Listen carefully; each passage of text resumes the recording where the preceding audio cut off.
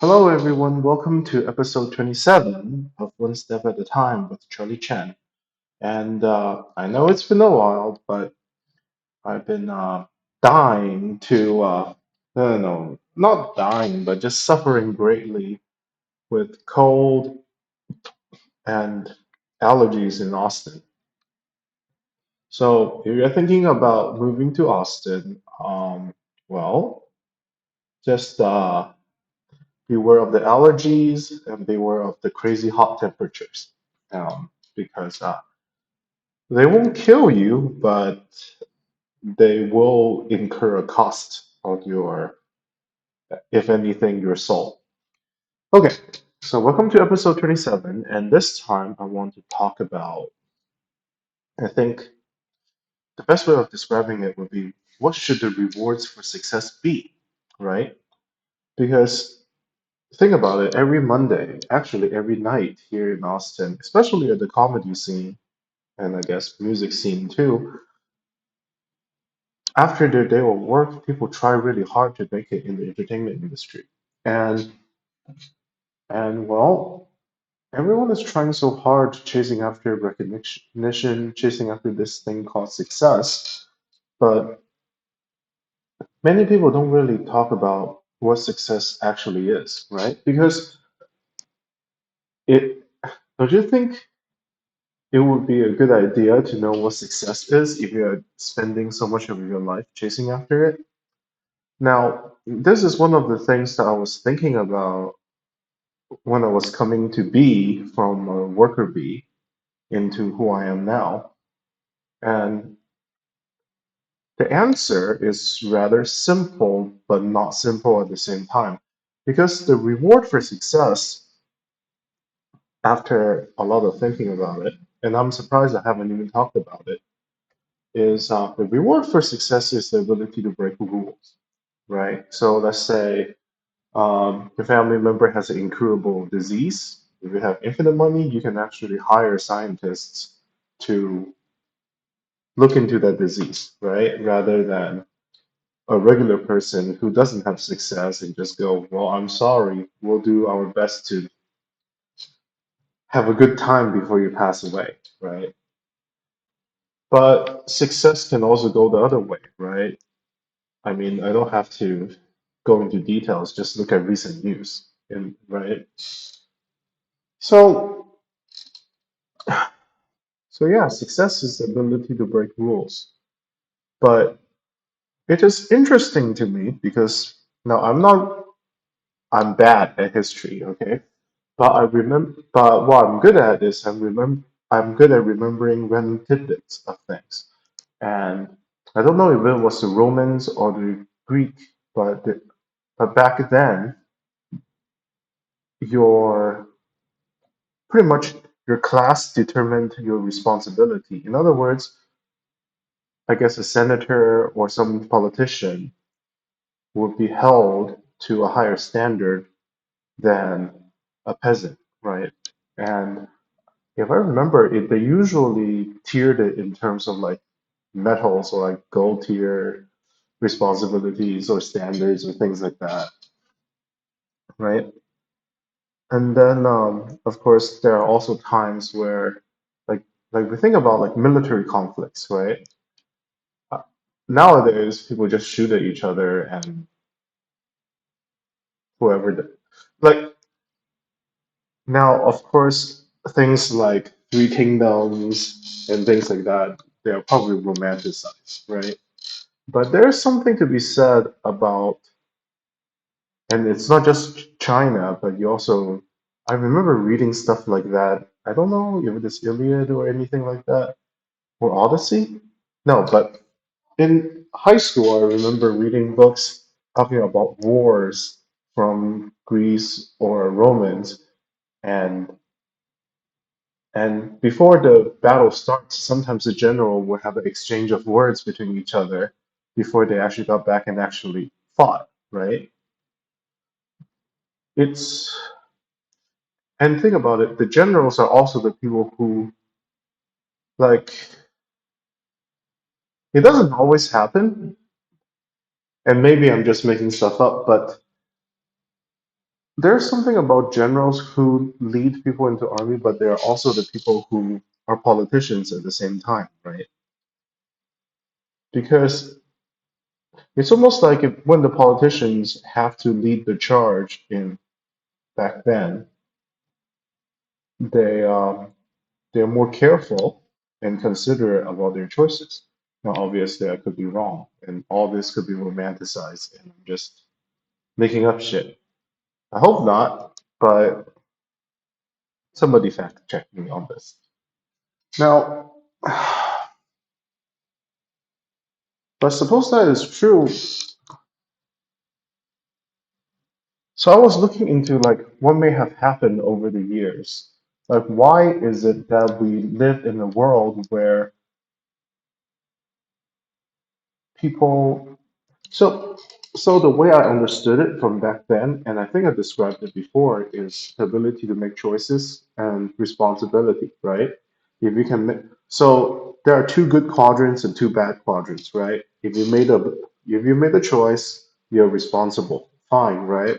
If you didn't make the choice, but you're not responsible, that's also fine, right? None of your business, but you were also not involved, right? But if you made the choice but you're not responsible, that's bad, right? Or if you didn't make the choice but you're responsible, that's also bad, right?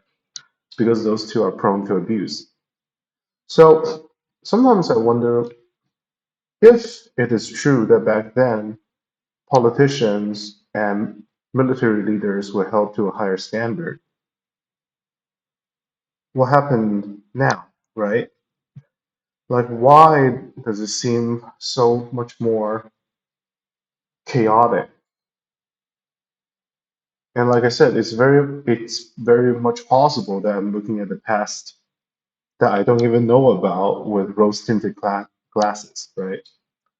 But there is something. So I was doing a little research and I was able to get something. So they were talking of, so after doing some research, it goes something like this, right? So it changed over time, and so before, so before, so how things were before it got to now, right? It's like you get privilege because you carry burden, right? And the burden could be military leadership, which means you die first, financial sponsorship, you fund the state, moral exemplary, you embody the values, or personal risk, exile, execution, or disgrace, right? So, so what caused the flipping in switch where the elites no longer pay those costs, right? So now we're looking at this. So the first breakpoint is from late Roman Republic to the Empire in the first century BCE. What happened was that the power centralized under emperors, loyalty shifted from institutions to individuals, and military force replaced civic virtue as legitimacy, right? And what that change did was that elites no longer needed public approval, only imperial favor, and failure wasn't punished by disgrace, but by falling out of favor. Status became proximity based, not duty based, right? Because everybody wanted to be in the good graces of the emperor, right? Rome didn't fall immediately, but that's where it started to become where it changed, right? Status without obligation became a thing. You just fall out of favor. You don't just die like or execute or exile like that, right? Break one two, feudalism to early modern state from 1500s to 1600s. This is where the swap accelerates. What changed back then was this: kings professionalized armies and bureaucracies, nobles stopped being essential military leaders, and taxation replaced personal service. Right? Just pay more taxes, right? And the result of that was that nobles kept land and privilege, and they lost responsibility and became rent seekers instead of protectors, right? Because if they actually had to fight for their land instead of sending out people on their behalf for the land, it, it's like tragedy of commons, right? If you're not the one facing the shitstorm up front, you don't care. You just send other people to it, right? Insulation. allows people to be cruel, right? And that's when the title got detached from the function, right? And then here's the third breakpoint, the Enlightenment era from the 1700s. And that's where the rhetorical flip happened, okay? So what happened is this, equality under law became the stated ideal, moral burden shifted from elites to abstract citizens, and then responsibility became individualized, not positional, right? So now you just have a personal responsibility, not because you're the head of state or something like that. You just have responsibility to yourself as a person, to society as a person, not as a powerful figure, right? And the effect of that is this. Elites no longer had extra obligations, just the same laws, but they still had extra power, right? The power didn't just go away, right? So they had regular person's responsibility, but they still held on to their extra power, right? And this is the moment where the status stopped requiring virtue, right? You just had it, right? So yeah, the language of equality masked unequal leverage during that time period. And then from that then point on, now we have the fourth breakpoint, industrial capitalism at the 1800s. And what happened is this, wealth detached from land and local obligation. So when you heard about people talking about globalist, I guess, in a way, because of how we are able to travel now, um, it happened in 1800. Wealth detached from land and local obligation, owners no longer lived among the people they affected, and capital became mobile, whereas consequences did not. So what this did was this. You now have power without proximity, you have profit without stewardship, and you can exit without accountability. Because you can't really shame a balance sheet.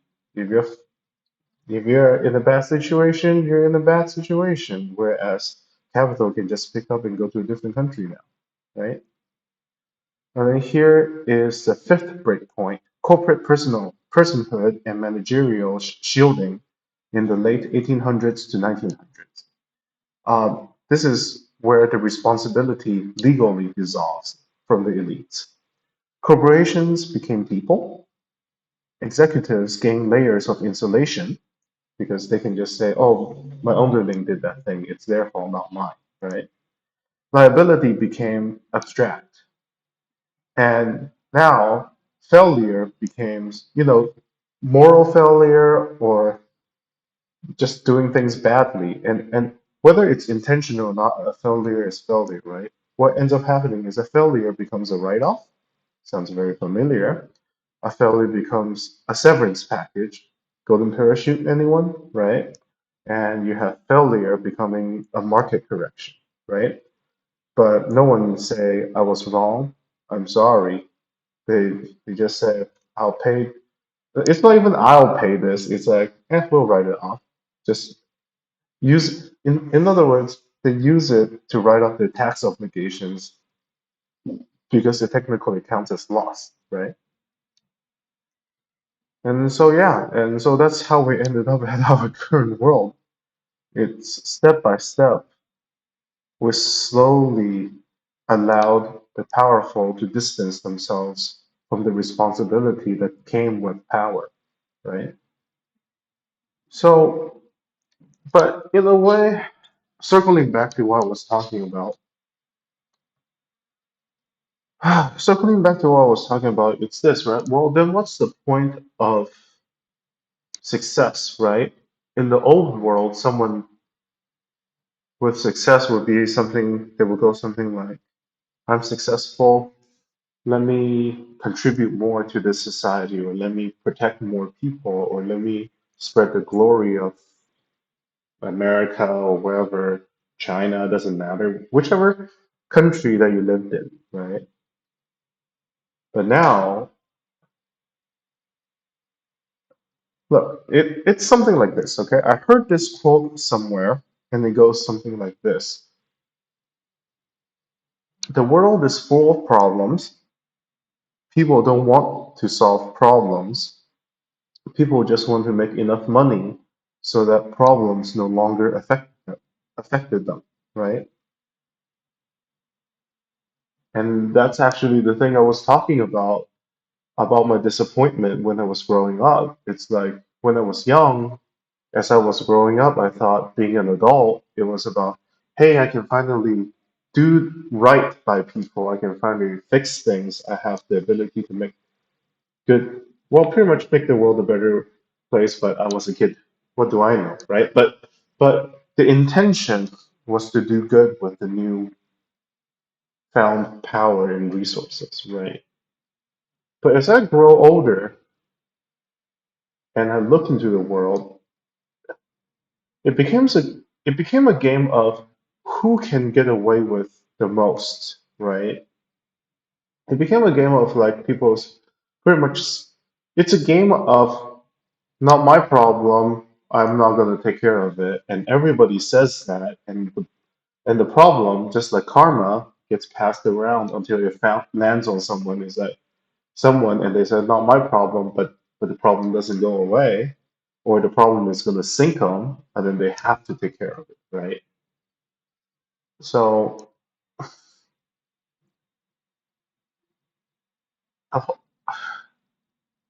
it's funny because they talk about trickle down economics, but like those comics out there, it's trickle down of bird poop, right? And at the bottom, it's a bottomless pit, and you do your best to hang on. People are just, like I said, people are just pitted against abyss. Why do you think? And this goes back to the point I was talking about, right? When it comes to investment, it's about time, it's about risk, and it's about the liquidity, right? Well, you can avoid risk if you push it off to somebody else, right? So why? So that's why it always feels so strange when they now whether it if it actually did fix it, great. But remember when corporations can buy single family homes and rent it back to people? Like, yeah, it's gonna work because it's pitting people against death and homelessness, right? Like, where else are they gonna go, right? So, by the people who own the home gaining security, they're essentially shoving the tenants against a life where they will forever be renters and never own anything, right? Yeah. And so,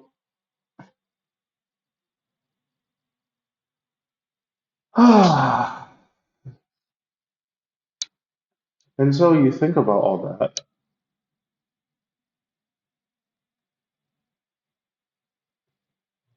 And actually, this might be its own video, but it's a thought I had, right? I was chatting with some friends, and they were talking about being in love with people. So long story short, what happened was that they were chasing other girls, but they overlooked the girl who was always in their corner. And then later on, the girl that's always in their corner ended up finally getting married. And then the guys turn around and realize, oh, I messed up. I should have went with the girl who was always in my corner, right? But now I just want her to be happy, even though I myself cannot get the happiness by being with her, right? So you can say it's romantic. On the flip side, you can say that they're essentially being cucks, right? Like the the ultimate form of cuckoldry is I want what's best for you, even though I myself do not get to enjoy you, I guess, right? Your company, your time, your attention, whatever, right? And and this actually circles back to a joke I have been trying to write for a while. I just haven't figured out how to write it where it's not so raw on people. It's something like this, right? Sometimes I wonder. So the skeleton of the joke is like this. Sometimes I wonder if Americans are cucks. Now, not to say Americans are cucks, but every single day you wake up, you turn on the TV, you look at some foreign government fucking over our country, you look at some rich person fucking over our country, you look at politicians fucking over our country, and you watch all that just like someone watching porn, and you tell yourself, I'm proud to be American, right? So, which goes back to another video that I did, which is what does it mean to be American, right? Do we just watch as they fuck the country over and over and over, and we still love the country? Like, then the question becomes like, what is it about the country that you love, right? Is it because of the memories you had here, or is it because of the people that you are with, or is it the culture, or is it the experience, or is it the in my case, there are many reasons, but chief two, I would say, is one, this country raised me. I feel a certain obligation to pay back to the society that raised me, right? And then the other reason is that, darn, why am I having a mental blank right now? What's the other reason why I want this country to be good? Oh, right, because my mom and I suffered a lot to be Americans, okay? I don't want my life to be a lie in a sense, right? Like, how old am I now? 34? 24 years I have spent in this country. I don't want to go back to China and just go, hey, I wasted, well, let's say if I ever go back, I wasted 24 years of my life because I thought I was hotshot. I thought I could make it. I thought I could do something good. Thought I could make a name for myself in this place called America, but turns out it was bad, and I never succeeded. I got played, and so it's both a genuine need.